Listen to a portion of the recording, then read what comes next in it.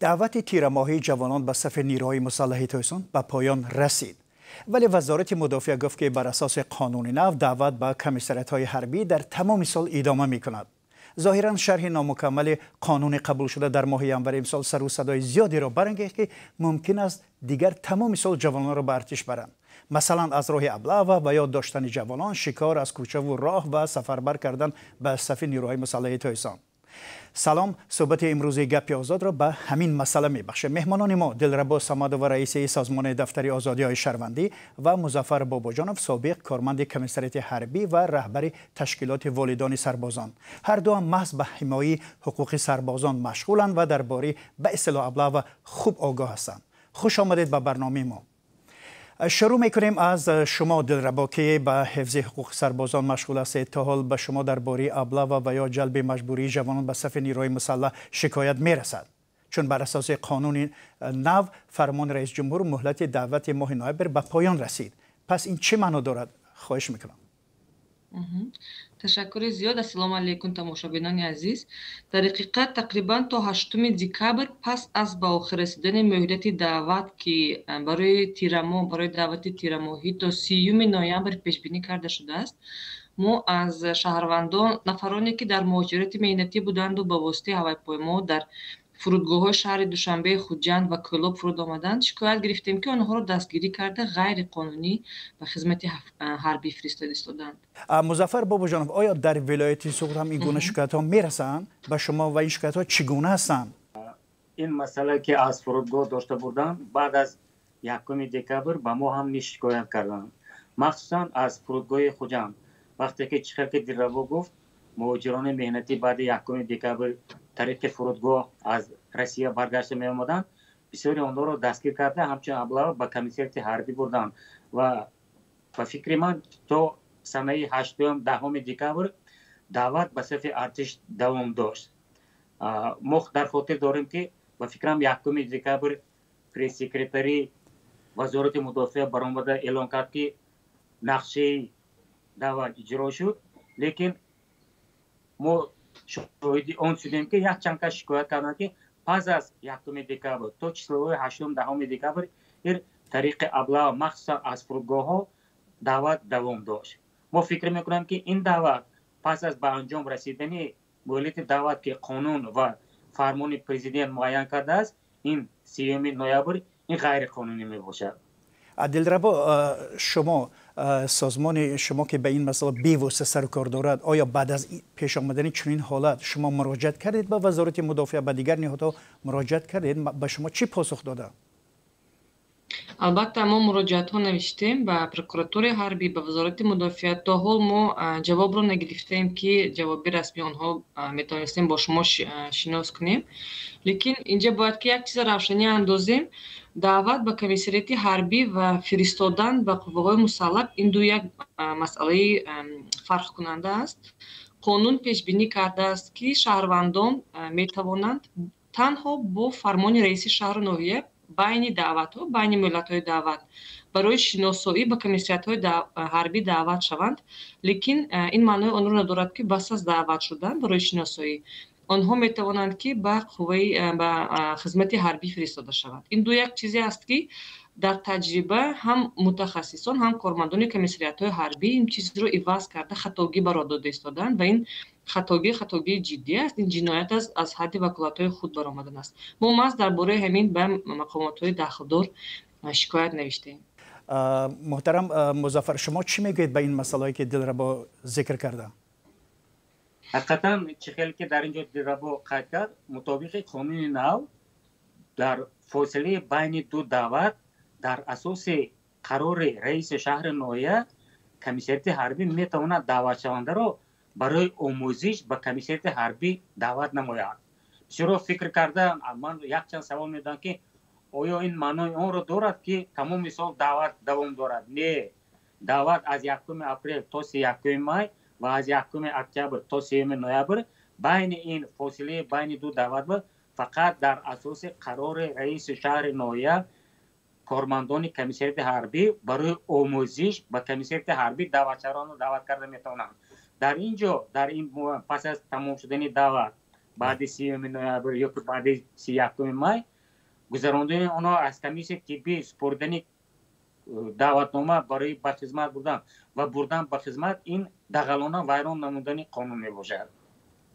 یک کاربری رادیو آزادی نوشته است که ما از یک عائله 2 نفر خدمت مادر وطن را ادا کردیم، لیکن یگان فرزند وزیر، رئیس یا صاحب منصبی را ندیدیم که ابلاغ شده باشد و یا به خدمت رفته باشد. نظری هر شما را میخواستم بپرسیم. دلربا مرحمت. تشکر. در حقیقت درباره این مسئله بسیار در وسایل اخبار عامه بسیار از طرف خلق در فیسبوک، اینستاگرام ناراضگی بیان می شود، لیکن سالهای آخر ما باید این را قید کنیم که در حقیقت فرزندان خدمتچیان دولتی هم به خدمت رفته ایستادند و ما همین قاعده نوی که از قبول شد موافق قانونی نو، اگر به مقامات قدرتی به کار داخل شدن خواهند باید که حتما خدمتی مهلت می‌رود، یعنی 12 یا 24 ماه رو تمام کرده بعد به کار گرفته شوند. لکه صفی کارمندان، صفی خدمتچیان حربی از عائله‌های دولتداران رو زیادتر میکنند. محترم مظفر، شما که رئیس سازمان پدر و مادر هستید، این گونه شکایت ها به شما میرسه؟ حقیقتا پیشتر همه کمیسریات حربی روی خطی پسران منصبدارانی که باید دعوت ایشان تاسیس میدادند، لیکن در اونجا منصبداران فقط معلم بیچاره، دیرکتور مکتب، معاون رئیس جماعت، کاتب جماعت از این وظیفه بلندتر نبود. لیکن چخیلی که دلربا قید کرد در همین قانون نو یک دیگرگونی در آورده شده است که شخصانی که خدمت حربی مهلتنامه را نگذاشتند، این با اقدام جناب عالی پرزیدنت ما با قانون در آورده شد، شخصانی که خدمت حربی مهلتنامه را نگذاشتند اونا به مقامات حزب حقوق و ساختارهای حربی دعوت کرده نمیشوند.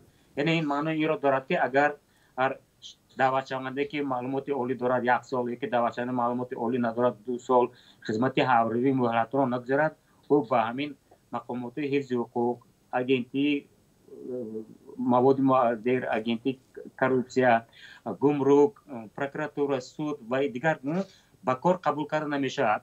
همین یک تکان شد که گفت دلربا نفری پسران منصبدار کمتر بسیارتر شد. من فکر میکنم که این طرفی مثبت قانونی نو حساب میشد.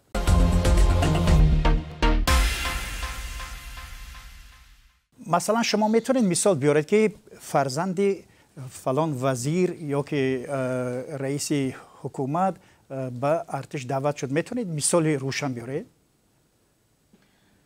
من میتونم مثال ها رو بیارم. مثلا بله من میتونم که سردار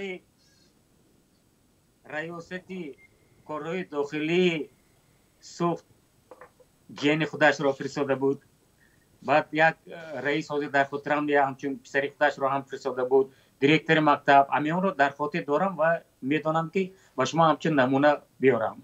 دلربا شما چی میتونید یک مثال روشن بیارید؟ ما همین سال در یک جایی با وزارت مدافعه و کادر عاید به حقوق انسان و تشریف به قسم‌های حربی ولایت مختار کوهستانی بدخشان کردیم و در همین قسم‌های حربی اشکاشی و خان خوروخ یعنی دوردست کوهستانی یک چند جیان فرزندای کارمندان وزارت مدافعه، کارمندان و کادر عاید به حقوق انسان همونجا بودند. ما با آنها در حقیقت صحبت گذراندیم.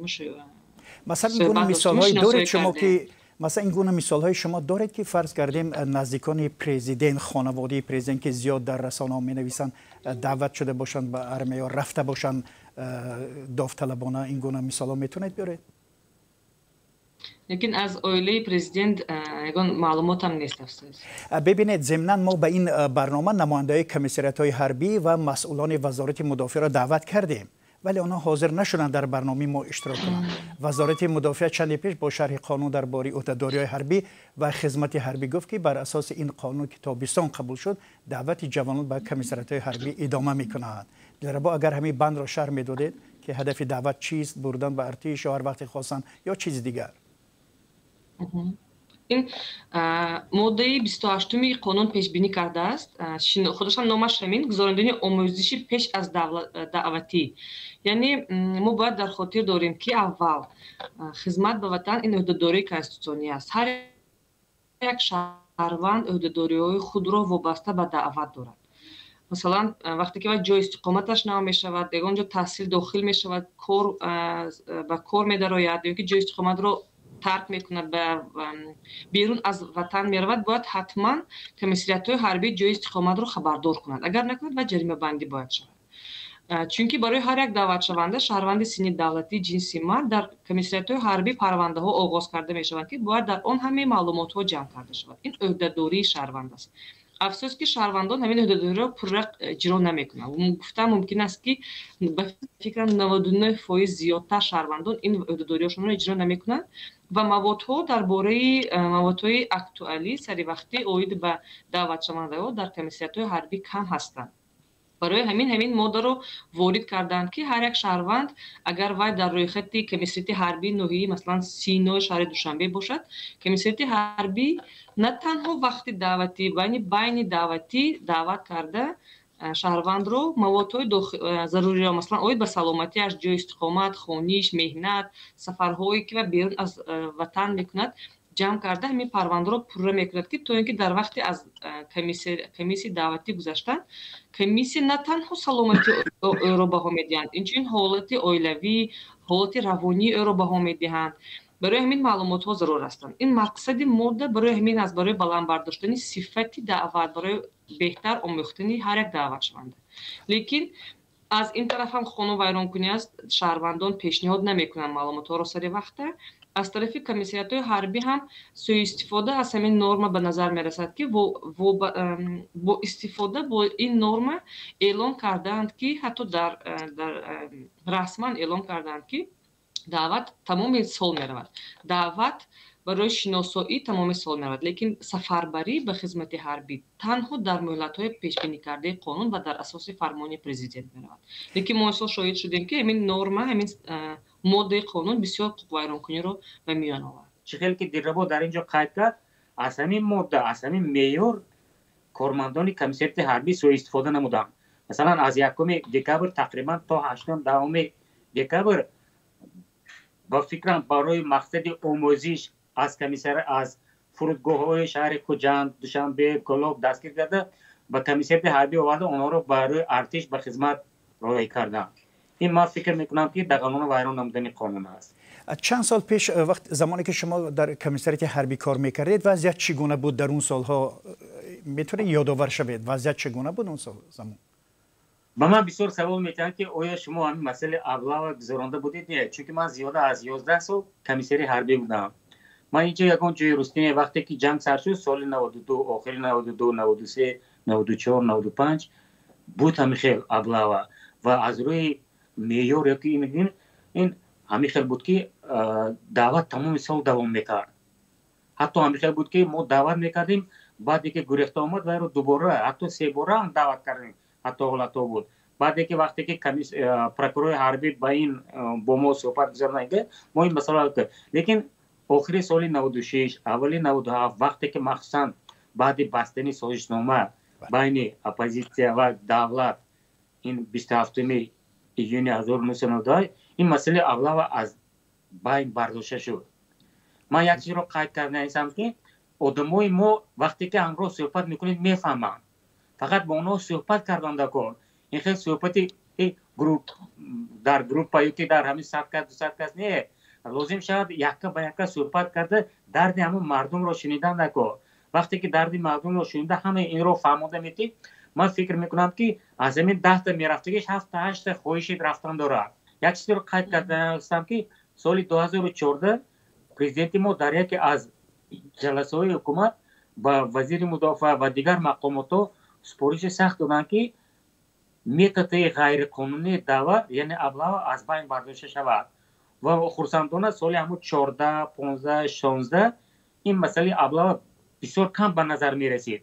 لیکن از سال 17 18 سر کرد باز این از نو اوج گرفت. همین سال باشه با فکر من با بسیار تر شد.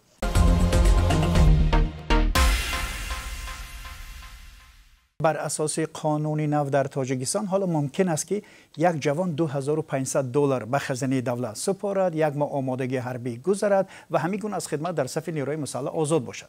چرا جوانان به جای ترسیدن و فرار و پنهان شدن در کنج و کنار خانه مثلا این پول را نمی سپارند و از راه قانونی از خدمت آزاد نمی شوند؟ چرا؟ خانم سمد و شما مروان.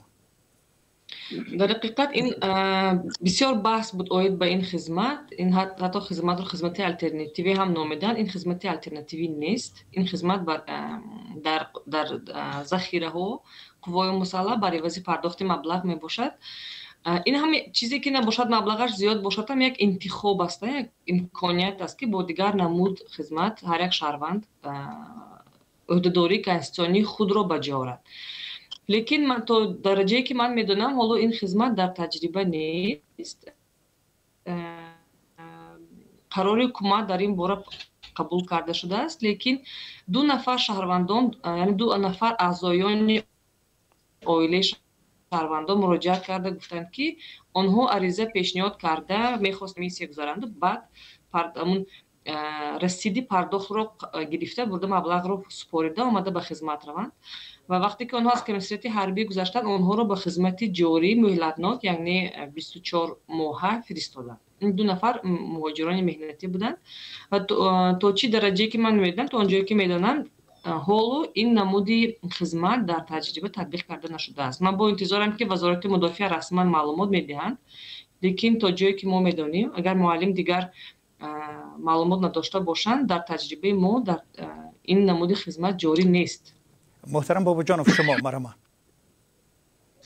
حقیقتا چیزی که در با گفت من خیلی معلومات ندارم که به همین خدمت حربی در حیات ذخیره دعوت سفربری یگان شهروند دعوت شده باشد. یکمش مبلغ 25200 که این 420 نشان دهنده برای سال 21 از سال آینده علاقه یک نشان دهنده 60 سومون 64 سومون این مبلغ تقریبا 27000 میشه. این یک. دوم در قانون‌های کهنه که ما سال 2000 سال قبول کرده بودیم در اونجا گفته شده بود که یکمش این که این خدمت الटरनेटिव نیست، این خدمت حربی در حیات ذخیره و دعوت سفربری بسیار کس اینا خطا وای میکنن، لیکن این خدمت الटरनेटिव نیست، خدمت حربی در حیات ذخیره و دعوت سفربری. در قانون کهنه گفته شده بود که در ماده 1 شهروند در حالت‌های در قانون پیش بینی شده حقوق دارد. من تاکید میکنم که حقوق دارد که با جای خدمت حربی خدمت الटरनेटिव بگذارد. در قانون نباشد. در قانون نباشد. گفته شده است که او وظیفه دار است که به خدمت حربی رود، چون که خدمت از خدمت حربی طریق دعوت، از خدمت حربی طریق اختیاری و خدمت حربی در حیات ذخیره دعوت سفربری او وظیفه دار است که به خدمت حربی رود.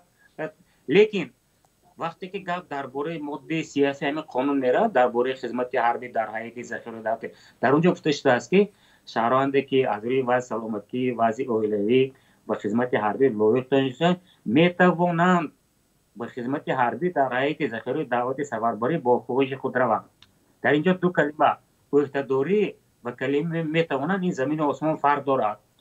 برای همین از این بسیار کمیسریت حربی استفاده بردن. وقتی که با دعوت شونده که خواهشی به خدمت حربی در حیات ذخیره دعوت سفربری روند با او وعده میتیم که ما تو رو با همین خدمت میفرستانیم، وقتی که وای از کمیسیون دعوت میگذارد او را همچون لایق به خدمت حربی دانسته او را به خدمت مهلتناک 1 سال 2 سال میفرستاندند.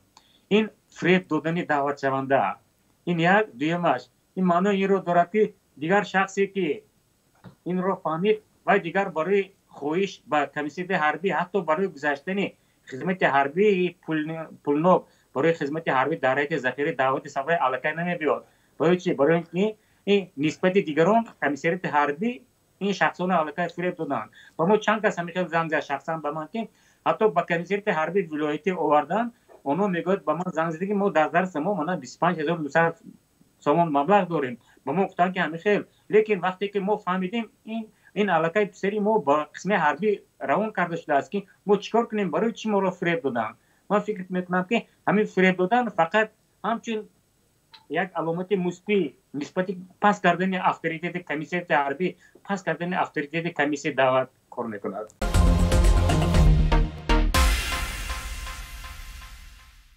و اجازه دهید درباره سرکشی از خدمت در ارتش و با کمیسریت حربی نامدن جوانان صحبت کنیم.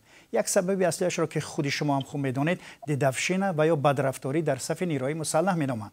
در واقع بعضی سربازان میگویند که نظر به سالهای گذشته وضع خوب است و تلفن‌های دادستانی هم در قسم‌های حربی همه جا هست، دوربین‌ها هست که جوان در صورت رعایت نشدن آیین‌نامه حربی مراجعت کند. ولی باز هم لط و کوب هست، معیوب شدن، خودکشی هم هست. و چرا این ظهورات رو هیچ نمیشد که از بین ببرند؟ مشکل در چی است؟ من فکر میکنم که در حقیقت زیاد شدن مراجعات شهروندان، زیاد شدن معلومات ها اوید به این مناسبت های غیر آیین‌ناموی، این محض با بلند شدن باوری شهروندان و رسانه ها، به حقوق حمایت کنندگان، به مقامات حفظی حقوق، به پروکراتور حربی، به وزارت مدافعه، به وکالتدار حقوق انسان میباشد. چون که پیشتر از بس که مثلا در تشکیلاتی که من کار میکردم از سال 2007 تا 2012 ما مراجعت ها رو، شکایت ها رو اوید به دیدفشین میگرفتیم، مراجعت میکردیم، لیکن جواب یک بود. گفته های شما تصدیق خود رو نیافت. از سال 2012 این جانب علاقه همه مراجعت ها اوید به مناسبت‌های غیر آیین‌ناموی با پرونده‌های جنایتی تفتیشات تحقیقات کرده شخصانی که به این دست زدن به جوابگیری جنایتی کشیده میشن. حتی والدین بعضا وقت زنگ زده میگویند که پسری من یک سرباز نو رو یک شپلاق با یک دستر زد، یگان نه ایز موند، نه یگان ضرر به سلامتی دید یا دشنام داد، نسبت به پرونده جنایتی آغاز کردن. یعنی والدین حتی با مبارزه بر ضد دیدفشین روزی نیستند. لیکن در حقیقت من فکر میکنم که شماره پرونده ها، مراجعات ها زیاد شده، چون که جوانان میبینند که این مسئله مبرم جامعه است، باید مبارزه بود. هر یک شهروند میگوید که من فرزندم را، مثلا مراجعت کننده های ما، من فرزندم را گم کردم و یا بر نمیگردانند، لیکن من نمیخواهم که دیگر مادر فرزندی خود را گم کنند. تا آخر سال با سال با مقامات حفظی حقوق مبارزه برده برای عدالت کار میکنند. تشکر. محترم بابا جان، شما چی میگویید؟ نظر شما چی است در رابطه با این مسئله؟ من طرفدار گفتگوی دلربا میباشم. یک چیز را قید کرده هستم که در حقیقت اگر ما همین تحلیل کنیم، شماره مناسبت‌های غیر آیین‌ناموی عموما کم شده است، لیکن از سبب اون که وزارت مدافعه نسبت به سالهای پیشتر با تشکیلات‌های جمعیتی، با جامعه شهروندی بسیارتر همکاری کرده ایستادند، از این جهت برای جامعه همه واقعا معلوم شده ایستادند.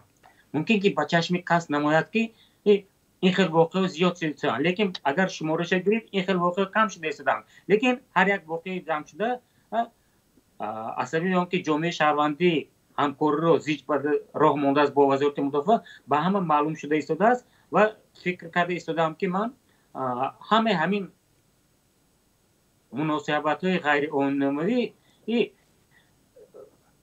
شخصان گناهکار جزای خود را گرفته ایستادند. یک چیز را باز قید کردنی هستم که ما می‌خواستیم که جوابگیری افسرانی که زیرتابان آنها به این راه شدند باید از نو دیده برآمده شود. برای چی؟ برای آنکه وقتی که زیرتاب افسر به این گونه جنایت راه می‌دهد، این در اینجا گناه افسر هم هست. درست است. دلربا، چند پیش شما در یک نشست مانیتورینگ قسم‌های حربی تاجیکستان را با نمایندگان وزارت مدافعه و امبودسمن بررسی کردید. نتیجه آن را میتونید کوتاه بگید که چی کمبودی و یا پیشرفت‌ها در قسم‌های نظامی معلوم شد؟ خواهش میکنم. اساساً ما در یک جایگی به وکالتدار، ما در همین 6 سال اخیر زیاده از 30 قسم حربی رو مانیتورینگ گذراندیم، تشریف آوردیم. این مانیتورینگی خیلی جدی است. ما نکم از 2 روزی کاری در یک قسم حربی صرف میکنیم، با سربازان صحبت میکنیم، با افسران شفاهی صحبت میکنیم و دیدن از همون بناهایی که معیشی هستند، جای خوب، کازرمه،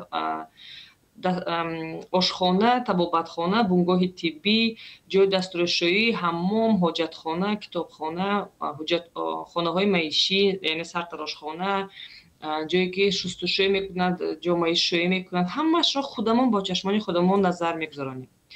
در حقیقت شرایط ها بهتر، سال از سال بهتر شده است. مثلا بعضا وقت میخواد میشود که در همون قسم حربی ما کمبودی را میبینیم و وقتی که در بس از تمام کردن مانیتورینگ با رهبریت қисмҳои ҳарбӣ суҳбат гузаронда бо камбудиҳоро мегӯем, онҳо дар ҷояш ислоҳ мекунанд ё пас каме дертар ислоҳ карда ба мо маълумотнома мефарстанд ки ҳамин шароитҳо беҳтар карда шуданд. Асосан мо барои дидани шароитҳои зиндагии сарбозон меравем. Инчунин аз складҳои хӯроквора дар он ҷойҳое ки онҳо хӯроквориро нигоҳ медоранд дидан мекунем ва дар ҳақиқат хазинаҳо пур аз хӯрок ҳастанд. Ман умедвор ҳастам ки ин хазинаҳо пур аз хӯрок на танҳо дар вақти мо омадан, балки ҳама вақт ва дастрасии сарбозон ҳастанд.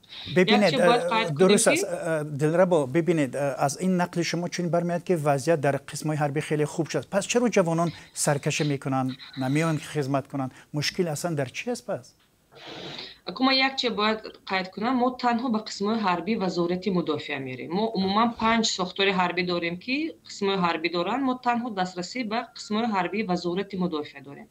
Аксарияти даъватшавандагон масалан ба қӯшунҳои сарҳадӣ мераванд, лекин мо мониторинг аз шароити будубоши сарбозон дар қӯшунҳои сарҳадӣ нагузарондем ва намедонем.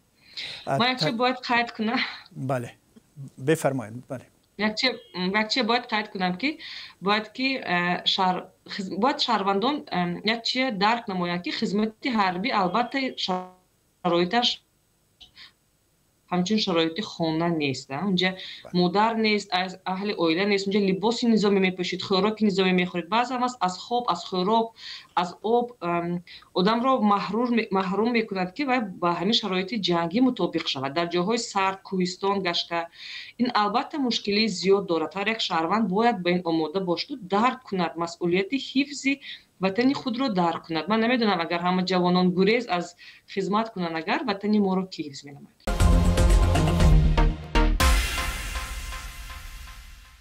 از هر دی شما میخوام بپرسم که چی کار باید کرد که یک جوان تاجیک با احساس وطن دوستی و با اختیار خویش به ارتش برود و صادقانه برای وطنش خدمت کند؟ خیلی کوتاه خواهش میکنم. دلربا از شما شروع میکنم.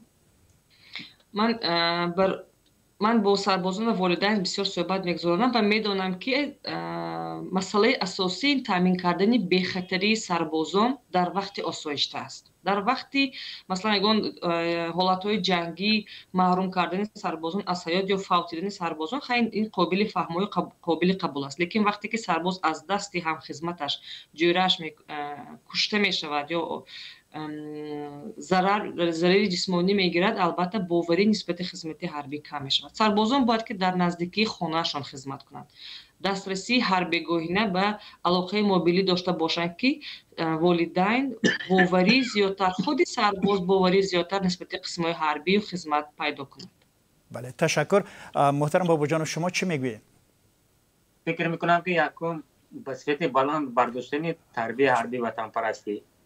دویم در مکتب ها آمادگی پردمت آمادگی دفاع رو 2 ساعت نه اقلا 4 ساعت کردن دکو. سالهای پیش پس از صنف 10 مکتب بچگانی که صنف 10 11 رو تمام میکردن، اونا یک هفته 10 روز جمعمان میگذاشتن، دادن تیر میپروندن، حالا خود رو آماده میکردن. دیگه مسئله سوم این بلند برداشتن آمادگی کارمندان کمیسریت حربی. تشکر زیاد. خوش میکنم. چهارم مثلا این ما در یک از صحبت‌هایی که زیاده از 20 نفر ژورنالیستان همین ولایت سود اشتراک میکردن در باره قانون وقتی که صحبت میکردن، من با همون سوال دادم که با همون چون که کنی شما کدامتون در باره مواد منفی در باره ارتش نوشتید؟ هر یک 4-5 کس هم کردن که ما نوشتیم. من در کن دست بردارید که کی مواد مثبت در باره ارتش نوشت، یا اون کس دست نبرداشت. این معنی این دارد که ما نباید فقط در باره طرف منفی ارتش گپ بزنیم، باید در باره طرف مثبت دعوت، مثبت ارتش، مثبت خدمت حربی هم نیز باید سخن بگیم. ما باید با تو طرف یک خیال نگاه کنیم. تشکر و سپاس به هر دی شما برای شرکت در برنامه گپی آزاد. دلربا صمد و رئیس سازمان دفتر آزادی شهروندی و مظفر باباجانوف کارمند سابق کمیسریت حربی و رهبر تشکیلات والدان سربازان دایر به مسئله دعوت به صف ارتش تایزان صحبت کردند. بیننده عزیز، خوشحال میشیم اگر شما هم نظر خود را زیر همین برنامه بنویسید و یا برنامه را به دوستانتان هم بفرستید. تا دیدار در برنامه دیگر، من میرزا نبی خالقزاد بودم. برنامه را پیش برم. خدا نگهدار شما.